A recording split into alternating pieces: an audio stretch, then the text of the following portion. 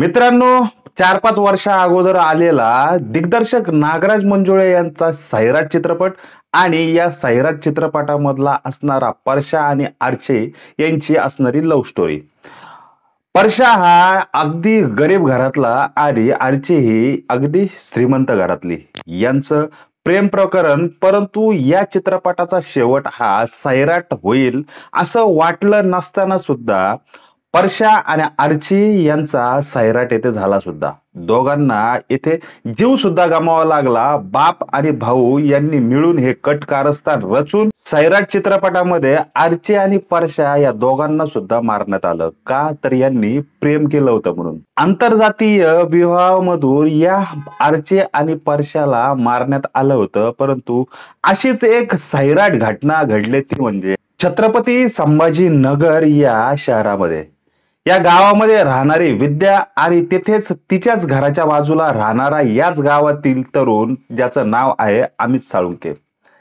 या अमित साळुंके आणि विद्याची लहानपणापासूनची मैत्री आणि या मैत्रीचं रूपांतर त्यांचं झालं ते म्हणजे प्रेमामध्ये.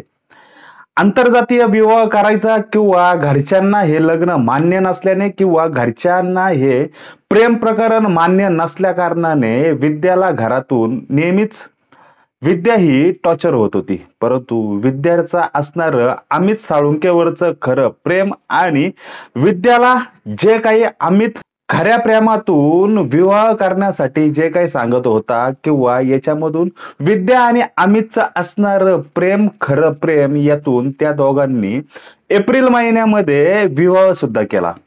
बाहेर जाऊन विवाह केल्याच्या नंतर ते 1 महिना बाहेरच थांबले. परंतु किती दिवस बाहेर थांबणार त्याच्यानंतर ते पुन्हा याच गावात आले. माहेर आणि सासर हे एकाच गावात असल्याने विद्याला हे थोडस जड सुद्धा जात होतं. परंतु वेळोवेळी विद्याचे वडील गीताराम कीर्तिशाही आणि चुलत भाऊ आप्पासाहेब कीर्तिशाही हे अमित अर्थात आपल्या मुलीच्या नवऱ्याला आणि आपल्या या भाऊजाला असं टॉर्चर करणं. मुलीचे वडील गीताराम कीर्तिशाही आणि चुलत भाऊ आप्पासाहेब कीर्तिशाही हे अमितला येता जाताना नेहमी टॉर्चर करत असत. तुला आम्ही मारून टाकू, तुझा आम्ही खून करू, अशा धमक्या नेहमीच येत असत. परंतु यामधूनच रागाचा पारा किंवा आंतरजातीय आणि आपली जात श्रेष्ठ याच्यामधूनच या अमित साळुंके याला बोलावून रात्री लाईट गेल्याच्या नंतर अमित साळुंकेच्या पोटात धारदार शस्त्राने वार करत या अमित साळुंकेला येथे जीवानिशी मारण्याचा प्रयत्न सुद्धा झाला. परंतु याच्यामध्येच येथे आप्पासाहेब कीर्तिशाही जो विद्याचा चुलत भाऊ आहे आणि सीताराम कीर्तिशाही यांच्या सोबत असणाऱ्या अजून 4-5 जणांनी याच्यावरती शस्त्राचे हल्ले केले किंवा शस्त्राने त्याला मारण्याचा येथे प्रयत्न केला. परंतु याच वेळेत हे प्रकरण नक्की जाणून बुजून करण्यात आलं होतं का, जातीच्या आधारावरती किंवा जातीमुळे हे प्रकरण झालं होतं का, आपला जावई आपल्याला शोभत नाही असं गीताराम कीर्तिशाही आणि या आप्पासाहेब कीर्तिशाही यांना असं वाटत होतं का? कारण ज्या वेळेला या अमितचा खून झाला त्यावेळेला गावची संपूर्ण लाईट सुद्धा गेली होती. हे कट कारस्थान जे काही अमित साळुंके याच्या भोवती जे काही झालं होतं हे नक्की पोलिसांना सांगून सुद्धा झालं होतं का? कारण येथे इंदिरानगर परिसरामध्ये राहणारे हे दोन्ही कुटुंब आणि जवळपास राहणारं हे कुटुंब आणि प्रेमविवाह यातून अमितची झालेली अशी ही घटना. त्यामध्येच अमितचा खून झाल्याच्या नंतर अमितला इंदिरानगरवरून जेथे अमितचा खून झाला आहे येथे जवळच्या लोकांनी त्याला उचलून जवळच्या घाटी रुग्णालयात नेले असता 12 दिवसानंतर अखेर मृत्यूशी झुंज घेत असताना मृत्यूशी टक्कर घेत असताना त्याच्या झालेल्या या खुन्याचा तो प्रत्यारोप करत असताना आपल्यावरती झालेला हल्ला हा स्वतःला किती आपण वाचू शकतो याच्याबरोबर तो स्वतःचे श्वास रोखून धरत असताना या रुग्णालयामध्ये 12 दिवसानंतर या अमित साळुंके याचा मृत्यू सुद्धा झाला. परंतु अमित साळुंके याच्या मृत्यूनंतर अमितच्या घरच्यांनी म्हणजेच अमितच्या बायकोने आणि त्याच्यानंतर त्याच्या आईने आणि त्याच्या घरच्यांनी दिलेल्या वृत्ताच्या माहितीनुसार की आम्हाला जोपर्यंत अमितला न्याय मिळत नाही किंवा पोलिसांचा सुद्धा याच्यामध्ये हलगर्जीपणा वाटत आहे. कारण जव्हार पोलीस ठाण्यामधून या घटनेची लवकरात लवकर बाजू किंवा अमितला न्याय देण्यासाठी पोलिसांनी लवकरात लवकर प्रयत्न करावे, परंतु असे प्रयत्न पोलिसांकडून होत नाहीत, असा अमितच्या पत्नीचा, त्याच्या आईचा आणि त्याच्या घरच्यांचा असा ठाम येथे निर्धार सुद्धा त्यांनी केला आहे, की जर अमितची बॉडी आम्हाला जर आमच्या ताब्यात तुम्हाला द्यायची जर का असेल किंवा मृतदेह आमच्यापर्यंत जर का पोचवायचा जर का असेल, तर नक्की तुम्ही या मारेकऱ्यांना, माझ्या बापाला आणि माझ्या भावाला लवकरात लवकर अटक ही झाली पाहिजे, तरच आम्ही हा मृतदेह आमच्या ताब्यात घेऊ, असा